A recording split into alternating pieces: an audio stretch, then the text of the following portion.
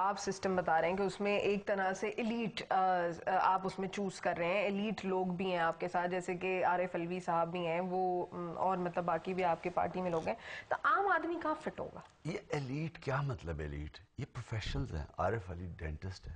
یہ وہ لوگ ہیں جنہوں نے اپنے پیر پہ کھڑے ہو کے. پروفیشنل پولیٹیشنز پھر کیا ٹرم ہوئی جو تحریک انصاف؟ پروفیشنل پولیٹیشن ہوتا ہے جس نے زندگی میں سوائے پولیٹکس کے کوئی کام نہ کیا ہو.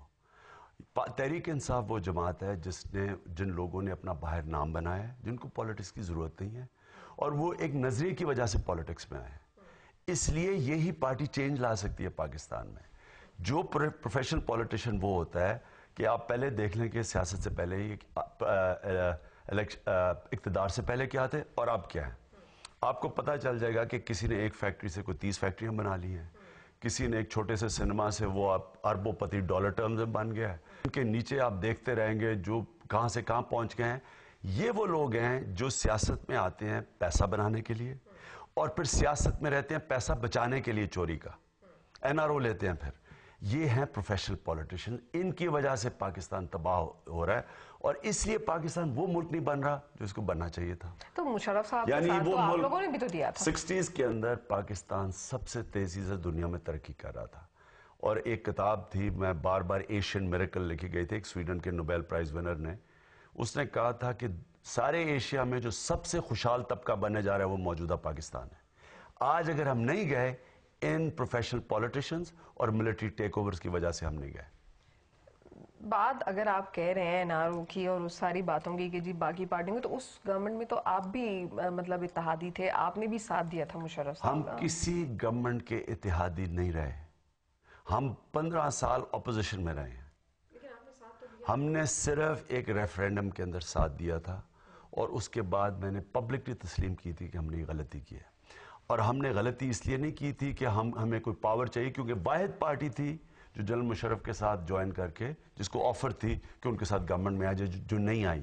باقی ساری پارٹیز چلے گئیں. اور اگر آپ نے پوچھنا ہے، جنرل احتشام ضمیر ISI کے ہیڈ تھے، ان سے پوچھ لیں کہ واحد پارٹی تھی جو نہیں گئی پاور میں.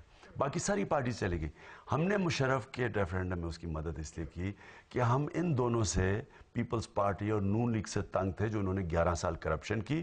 اور جنرل مشرف ایک امید کی کرن بن کے آئے تھے کہ کرپشن کے اگینسٹ سٹینڈ لے رہے ہیں، اور ہم نے سمجھا کہ شاید وہ واقعی اس ملک میں کرپشن ختم کر رہے ہیں. ان کی پارٹی تو آج بھی یہ سٹانس لے رہی ہے. جیسے ہی انہوں نے کرپٹ سیاستدانوں کے اپنے ساتھ ملایا، ہم علیحدہ ہو گئے، اور ہمیں بڑی مار پڑی.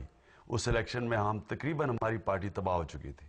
اور اب اس کے بعد آپ مجھے بتائیں کہ کبھی بھی کوئی پارٹی نے کسی نہ گورنمنٹ کی حمایتی رہی ہے، مسلسل اپوزیشن میں رہی ہے، جبکہ پارٹی کو اپورچونٹی تھی پاور میں آنے کی. اچھا، اب اگر ہم بات کرتے ہیں کہ آپ نے سیاست میں جو سیاست تو چلیں ایک طرف، آپ کا شوکت خانہ میموریل ہاسپٹل بھی ہے، وہاں پہ اتنے فلاحی کام ہوتے ہیں.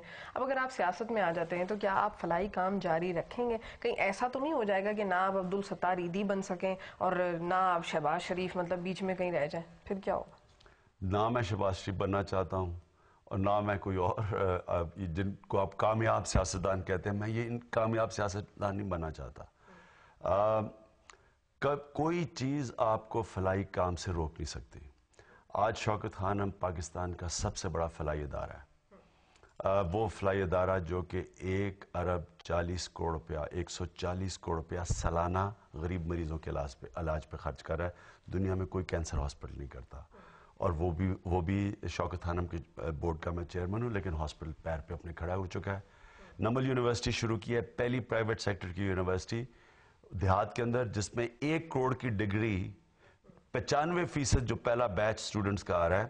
سب ٹیکنیکل یونیورسٹی ہیں، انفارمیٹکس ہیں، کمپیوٹر سائنسز ہیں، وہاں بیٹھ کے مفت لے رہے ہیں غریب گھرانوں کے. اور صرف جو پیسے بھی دے رہے ہیں، آپ 1 کروڑ کی ڈگری وہ مشکل سے 7-8 لاکھ روپے. یہ فنڈنگ کہاں سے آ رہی ہے پھر؟ یہ ہم پیسہ اکٹھا کرتا ہوں عوام سے، لوگ مجھے فنڈ کرتے ہیں. تو یہ دو سب سے بڑے فلاحی ادارے، اور یہ میری اصل جو پیشن ہے وہ یہ یونیورسٹی ہے. تو وہ تو شہباز شریف صاحب نے بھی ابھی وہ کیبز کا ایک سسٹم شروع کیا ہے، پھر وہ رہائشی ان کے جو گھر بنا کے لوگوں کو دے رہے ہیں، تو وہ بھی تو کر رہے ہیں. وہ فلاحی کام نہیں ہے. دیکھیں، یہ گورنمنٹ میں بیٹھ کے یہ فلاحی کام نہیں ہوتا. آپ گورنمنٹ کے پیسے سے کر رہے ہیں. گورنمنٹ میں بیٹھ کے تو آپ کچھ بھی کر سکتے ہیں. آپ یہ شہباز شریف سے یہ دیکھیں کہ پچھلا دور جو تھا وہ بہتر تھا. انہوں نے بے نظیر انکم سپورٹ پروگرام شروع کیا ہوا ہے پیپلز پارٹی والوں نے, کہہ رہے ہیں جی شفاعت. صرف عوام سے ایک چیز پوچھ لیں کہ کیا پچھلا دور پنجاب کا بہتر تھا یا اب بہتر ہے؟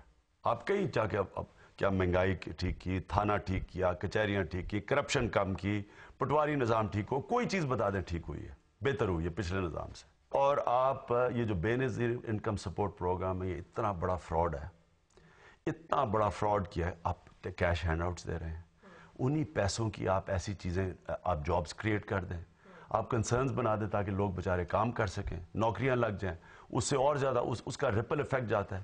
Cash hand outs. پھر انہوں نے پی آئی برباد کر کے رکھ دی, وہاں انہوں نے 8,000 لوگوں کو بیک ڈیٹڈ پیسہ دے دیا, اربوں روپے ان کو دے دیے پکڑ کے, جو ویٹ بھی نہیں کیا صرف کیونکہ جی پیپلز پارٹی کے جالے تھے.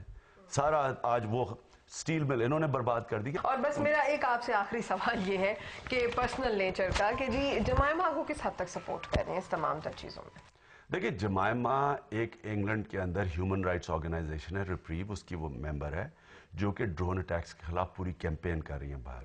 اس سلسلے میں وہ یہاں آئی تھی, بس یہی ہے. اور اگر وہ آنا چاہتی ہے پاکستان میں, اس کے بچے پاکستانی ہیں, وہ آ سکتی ہے. کیا وہ کوئی لکھا ہوا ہے کہیں کہ وہ نہیں آ سکتی؟ ناظرین, ہم نے گفتگو کی تحریک انصاف کے چیئرمین عمران خان صاحب سے. ان کی آپ نے 1 to 1 گفتگو سنی. جلسے کے بعد یہ ان کی پہلی ملاقات تھی جو کافی ڈیٹیلڈ ہوئی, اور آپ کو یقیناً کافی جوابات بھی مل گئے ہوں گے. آپ کو میرا شو کیسا لگا؟ مجھے ای میل کر سکتے ہیں کب تک @dawnnews.tv. کل تک کے لیے اللہ حافظ.